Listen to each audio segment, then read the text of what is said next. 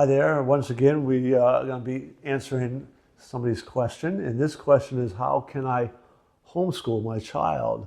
So we're going to explore the different aspects of what you need to do if you are kind of in that place where you want to take over the education of your child. So we'll delve into the answer of that question in this video.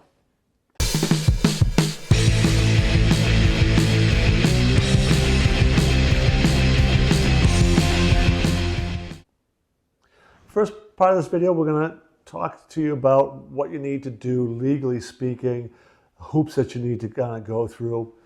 Second part, we're going to talk about how to actually structure your homeschool, how to get that set up. Third, we're going to be talking about the financial aspects, because obviously there's going to be some financial considerations. Fourth, we're going to be taking a look at the curriculum, and there could be a broad spectrum, right? K to 12. And what that curriculum might look like depending on the ages of your children. And fifth, we're going to be looking at some data associated with the number of people who actually are homeschooling and the success that they have. In a number of these videos, we talk about the legal aspect, and each state is going to have different laws and regulations, different hoops that you need to go through for you to homeschool your child. There's different steps and procedures that you might need to do. Record keeping will be something that you need to find out. All these kind of things about what you need to do to let the state know that your child is not going to be in public school, going to be homeschooling, so they can keep track of their progress. Essentially, that's really what schools are trying, or states are trying to do, is find out if the child is being properly educated. And there's going to be, depending on the state, there'll be different hoops that you need to jump through, and you can usually find that out. You go on the internet, there's the Homeschool Legal Defense Fund, I think is one of the sites, but there's a number of ways that you can find out what those state laws are and regulations are, and it really is not that difficult in most regards. So the second aspect of how do you homeschool your child is really trying to figure out how you're going to structure the day, how you're going to structure the homeschool. And there's lots of things to think about here. Do you already know some other people homeschooling where you can collaborate? Are you going to be doing this all on your own? How much do you want to be directly involved in teaching? Because there is some ways and some real advantages to structuring your homeschool in a way that the child develops independent learning, even from a young age, as much as possible, which can free the parent up for doing some of their own work as well. And then depending on whether you are a full-time person who's working from home or how you're going to work all that out will also help you kind of structure your day, because sometimes you can get them involved in, there are swimming lessons and martial arts stuff and other sports related things or other activities that could be going on during the day, music, etc., that you take them somewhere else to do. That gives you, time to go off to work part-time, what have you. So there's a lot of different aspects that you want to think about structuring your day. You're not stuck with the public school 8 to 3, 8:30 to 3:30, whatever the model is in your district, wherever. So that is something that you really want to kind of think out and do some of your homework, because there's lots of different options that way.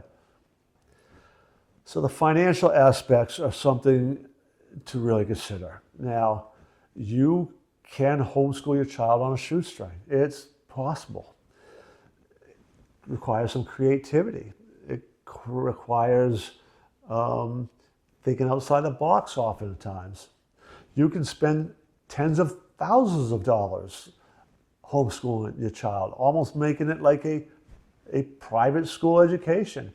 If you think back, way back in the colonial times, the elites of the world were often homeschooled by a private tutor that the aristocrats would hire to teach their children. right? That could still happen today if you have that kind of money and resources. Somewhere in between is probably where most people are going to fall. The younger they are, the less you may be spending on, outside help, people coming in to teach certain things, and the more you can do yourself. So there's a really kind of broad spectrum, and some of it will be also curriculum materials, right?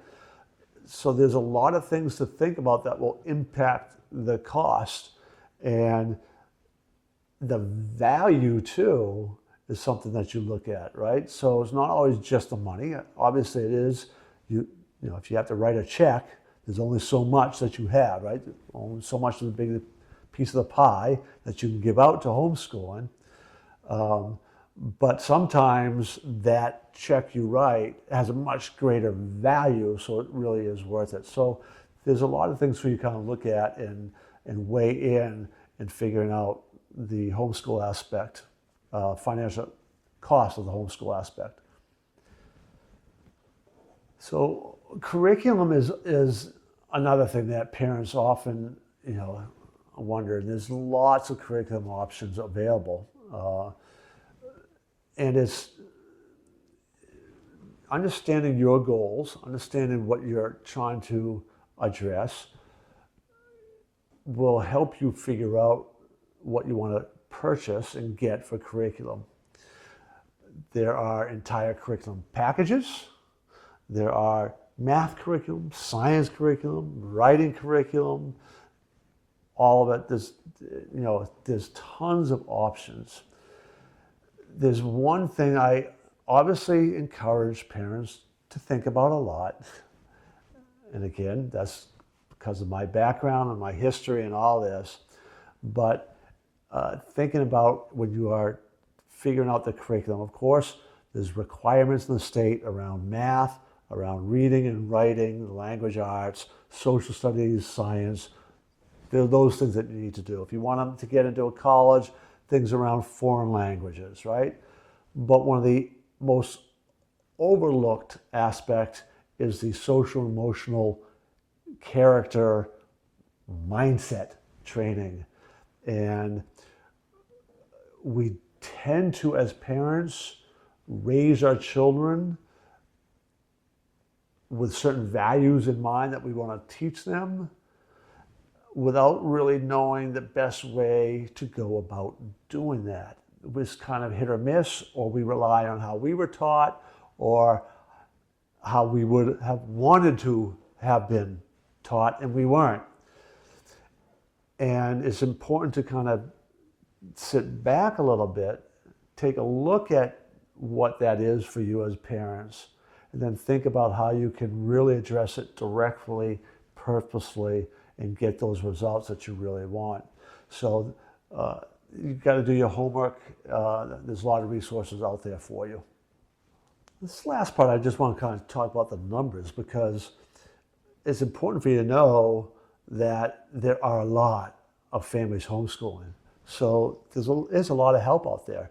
You can do this. If there's any apprehension that you're having, which is why you're checking out the question, how do I go about doing this? There's a lot of help. There's a lot of resources. There are somewhere between 1.7 to 2 million homeschool students in America today, and that number is growing all the time. That includes a couple 100,000 high school. So some of the concerns parents have are, geez, I don't know if I could teach those higher level things. It also includes early elementary school, where sometimes parents go, geez, I don't know if I really know how to teach them how to read or how to do this. The point being is that there's a lot of help out there. There's a lot of families doing it very successfully. About 69% of them go on to college, which is at least as good, if not better than most high schools. So homeschool families are doing a really good job. All right. They also tend to do better on achievement tests and better in college, according to some research. So there's really nothing that should prevent you from doing this, except, to be quite honest, whatever fears and anxiety you might be having yourself about whether, geez, can I really do this? How am I going to make this work? Again, if you need help, there's lots of help out there on the internet, and you can even reach out to us for help as well. Please consider subscribing to the channel and checking out all our other videos, even posing questions of your own in the comments section. In particular, you might want to check out the video, What Happens to an IEP When You Homeschool?